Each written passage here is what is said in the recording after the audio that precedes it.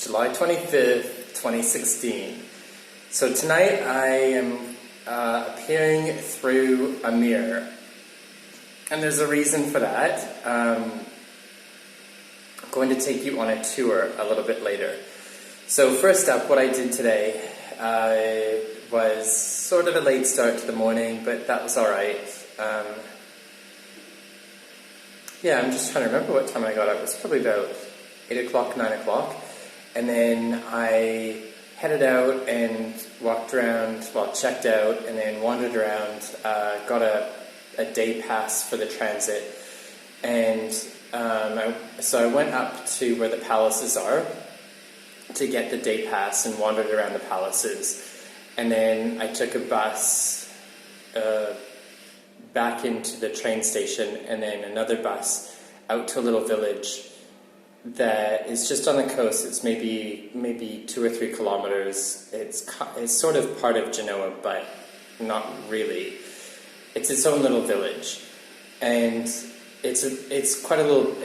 The buildings are all a beautiful color, and it has its own little tiny secluded beach. And I mean, not as in secluded. I mean, there's lots of people there, but it's still sheltered. Sheltered is the word that I'm looking for.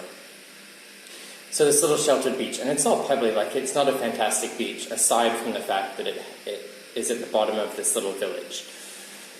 So I went there, and I walked around the little village, and there's beautiful views. You climb way up top of the hills, and then you look down over all these beaches where I guess rich people live, because there were a lot of very big, fancy, elaborate houses.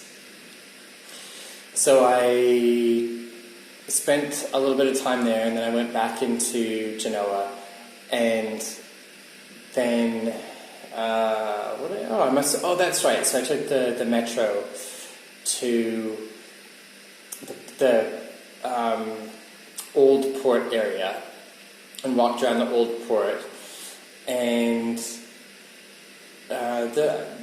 it's cool. They've got little signs up that tell you about the history of the various things that happened in the old port. I mean, there's not really many buildings that are part of the old port, but it was still quite cool to walk around in. And then I walked around the port area to, I was going to go to the it's like a maritime museum. And at the maritime museum it had all about, I assume it was all about Genoa and the whole Christopher Columbus thing. And it looked really good, but I'm going to say fortunately for this one, I was maybe 100 steps from the museum, and by this time it was the afternoon, so I had bought my train ticket here to Milan, and so I knew I only had maybe 2 or 3 hours left.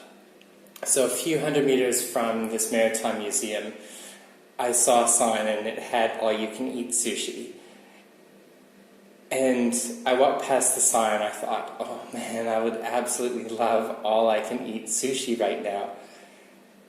And then I walked back to the sign, and I was like, oh, if this place was near, I would probably just go check out this place. I wouldn't eat at it, because I have this maritime museum to go to, but I'd go in and check it out, and then think about it for later.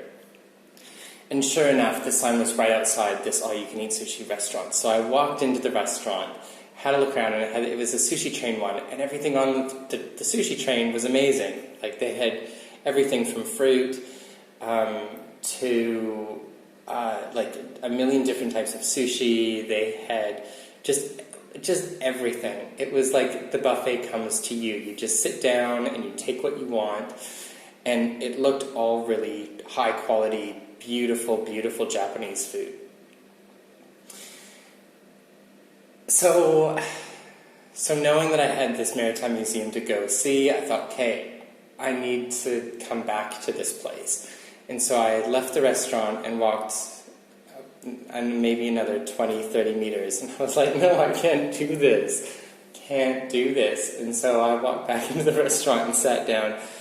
And that is where I spent the next probably hour and a half, was just pulling things off this sushi train and just stuffing myself senseless. And to be fair, I haven't done that in a long time. Like, it's been quite a while since I've actually just sat down for that long and had amazing food. And I almost feel bad that I'm in Italy, and my most amazing meal in Italy, I think, probably has been this all-you-can-eat sushi chain buffet.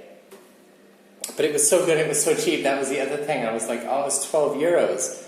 And I thought, oh, like, all I can eat sushi for 12 euros. So yeah, so I did, and I have no regrets. But by the time I had finished up and my belly was full, and I was like, oh, I really need to just go somewhere. It was long past, like, it was probably another maybe an hour until the train left, and I was like, well, there's probably not much point in, by the time I get to the museum, which fair enough wasn't very far away, but by the time I get there, have a look around, and then go to the train station and find the platform and all that kind of stuff. And it's like, well, I'm just going to have to skip it, and I'll be plenty early for the train. So I did, and I just headed off to the train station, and it was fine. Yeah. Then I got on the train, and then it was about a 2-hour train ride here to Milan. And then I walked from the station. I got off at a different station instead of going to Milan Central, because the station I got off at was like a surprise station. The train just stopped, and I knew that it was closer to where I had booked. So it was only like a half an hour walk from the station, and then I showed up here. And it's not a hotel, it's from Booking.com, but he said, the guy Marco, he said he's got it on Airbnb. It's more of an Airbnb place, because it's only just one apartment. And by far the best value accommodation I have found this whole entire trip. So for 30 euros, I'm about to take you on a tour of this apartment.